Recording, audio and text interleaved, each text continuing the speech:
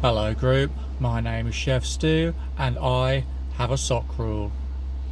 It's a strange sentence to say out loud, I know, but I do. I only own one type of sock, yeah? Black Slazenger sports socks. That's it. No colours, no patterns, no little Christmas ones with reindeers on them. Just black Slazenger sports socks, yeah?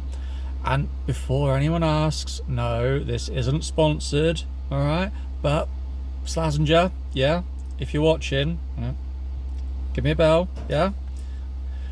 But it's not really about the brand, yeah. It's much simpler than that. But every sock matches every other sock.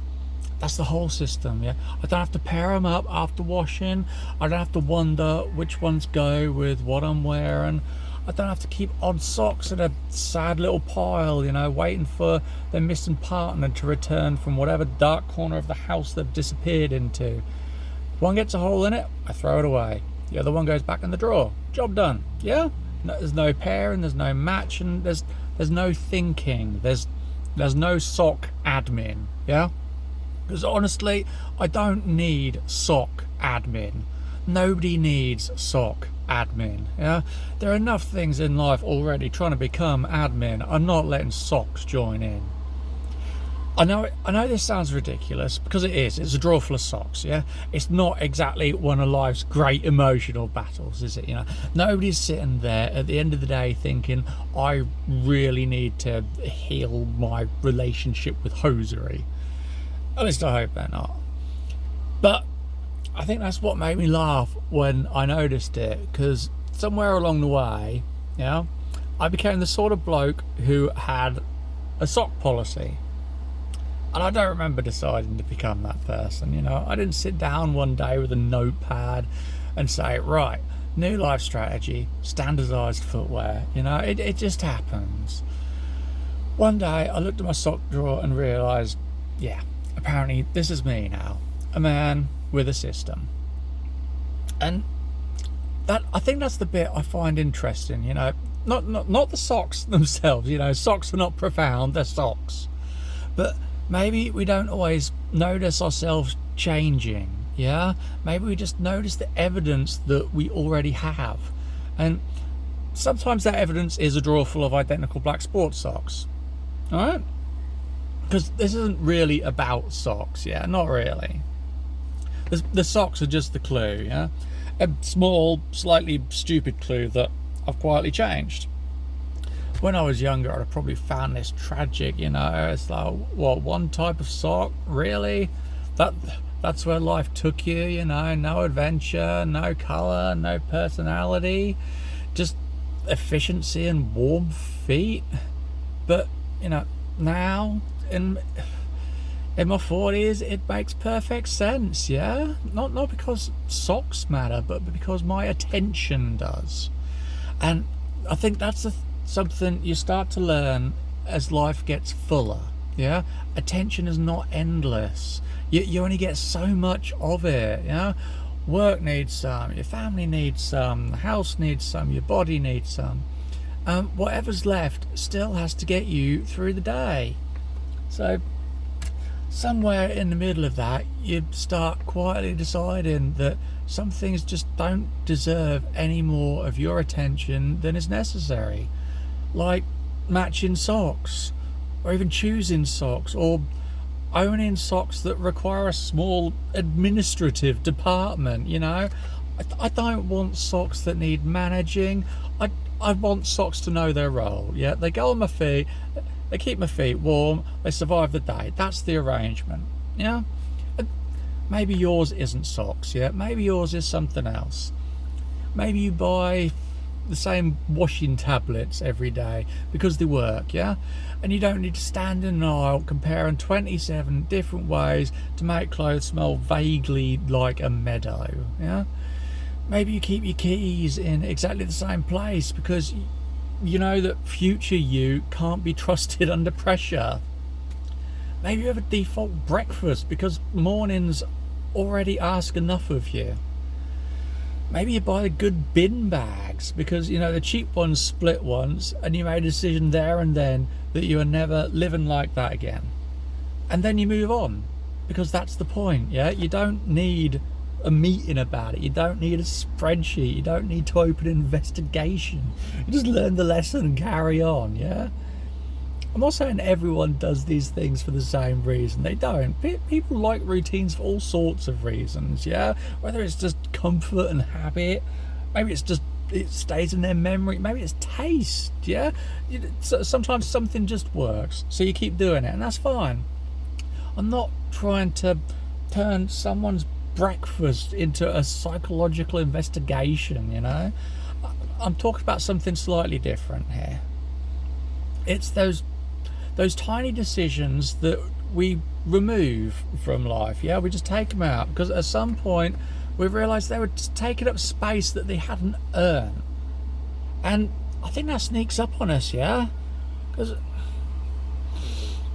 we talk a lot about the big ways life changes people. Yeah, whether it be marriage and children or work, a big career change and money that comes with it, responsibility, or maybe it's loss. Loss is a big way that life changes people. But they're the obvious ones.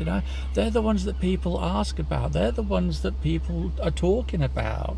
These are the changes that make sense when you explain them. Yeah, but I think some of the smaller changes tell the story just as honestly. Yeah, it's the little systems that you never announced, the habits that you didn't plan, the preferences that appeared quietly over time, the things that younger you might have laughed at, but current you, quietly relies on. Well, one day you wake up and you realise that a cancelled plan it can feel like a gift.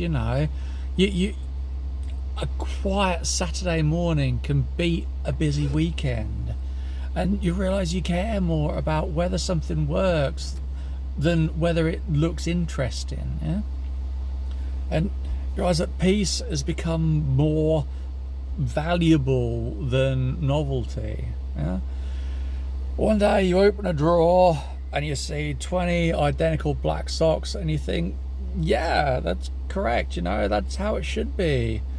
And none of that feels important at the time because it isn't dramatic. It's nobody claps you when you simplify your sock drawer. Nobody throws you a party because you've reduced laundry-based friction. Nobody pulls you aside and says, I just want you to know I've seen the work you've done around your sock admin and I'm proud of you. Which is a shame, really, because I'd take that. Yeah. But these tiny things are still clues. Yeah, they tell you that something has shifted. They tell you your priorities have changed. They tell you your life is asking different things of you now. Yeah, that they tell you that the person you are becoming isn't exactly the person that younger you expected, and that doesn't have to be sad. That's what I'm trying to get to anyway. My own meandering, wandering brain way. But it's very easy to turn getting older, into a list of things that you've lost. Yeah, you've lost energy, you've lost freedom, you've lost time, you've lost your hair.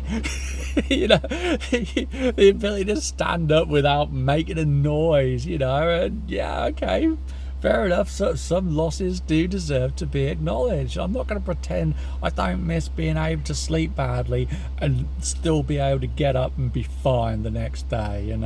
That was a gift when I was younger, and I did not appreciate that enough. But getting older is not only about loss. Sometimes it is refinement. Yeah, it's learning what you actually care about. It's finally admitting what you never really cared about in the first place, and that can be quite freeing. Yeah, younger me probably wanted more choice. Yeah, but current me often wants fewer pointless choices. Yeah, younger me wanted life to look interesting, but current me is just interested in making life slightly easier to live inside. And I know that doesn't sound especially exciting, yeah? It's not the wildest mission statement anyone's ever written, to make life slightly easier to live inside, or whatever I said. You're not going to be putting that on a cat poster now, are you? But I'm not convinced it's a small thing, yeah? There's something quietly satisfying about building a life that fits you better, yeah? Not a perfect life, not an impressive life, not I'm not talking about a life where every drawer is organised and every morning starts with lemon water and a meaningful journal entry before you go do your yoga. Just a life where fewer unnecessary things keep from asking for a piece of you, yeah? Maybe that's what a lot of these systems are, yeah? They're not signs that adulthood has defeated us. They're not proof that we've become dull. Just small acts of self-knowledge, yeah? Tiny adjustments that were made by a person who has slowly learned what irritates them and what drains them, but then also what helps them and what no longer needs to be made complicated. I don't only own one type of sock because I love black socks. They're fine, they're socks. I don't have a deep emotional bond with them. But I own one type of sock because I know myself well enough to know that I don't want to think about socks. And honestly, that feels like progress, yeah? It's not dramatic progress, it's not inspirational progress, no one's going to make a documentary about it, but it is still progress, yeah? People spend a lot of time trying to become someone else, whether they want to be a better version or a more impressive version. And I'm not saying that it doesn't matter to have better habits and better discipline. These things are important, but I wonder how often we stop to notice we've already become someone, yeah? There's no announcement, it's a quiet thing, but there's no dramatic turning point. You don't realise that it was happening. I don't remember deciding to become the bloke who only buys one type of sock.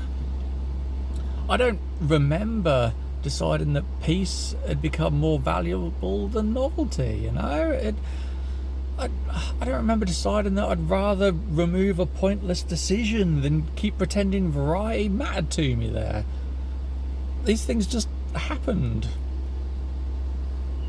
Or maybe I don't know, maybe they didn't happen, maybe life taught me slowly in little ways, yeah?